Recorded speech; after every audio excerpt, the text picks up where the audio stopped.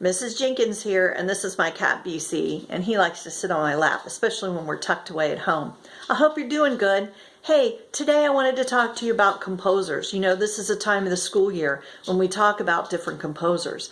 And the composer I want to talk to you about today is Johann Sebastian Bach. Mr. Bach lived way long time ago. He was born in 1685. So he wrote his music in the late 1600s and early 1700s, which seems like a really super long time ago. And it was.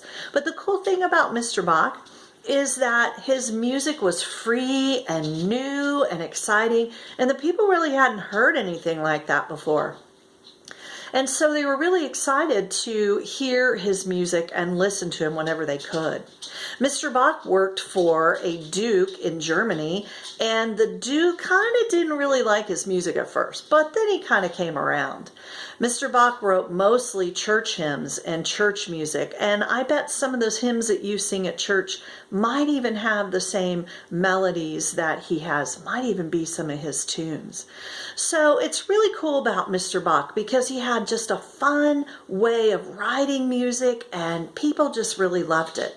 And another interesting fact about Mr. Bach is that many of his children became composers too. And he had a lot of them. He had 20 children. He had his very own music classroom, kind of like what we have at school. Well, anyway, I hope you liked a little bit about Mr. Bach, and I want to encourage you and your parents to go to YouTube or any other site that you visit for music and listen to music by Johann Sebastian Bach. Bye for now.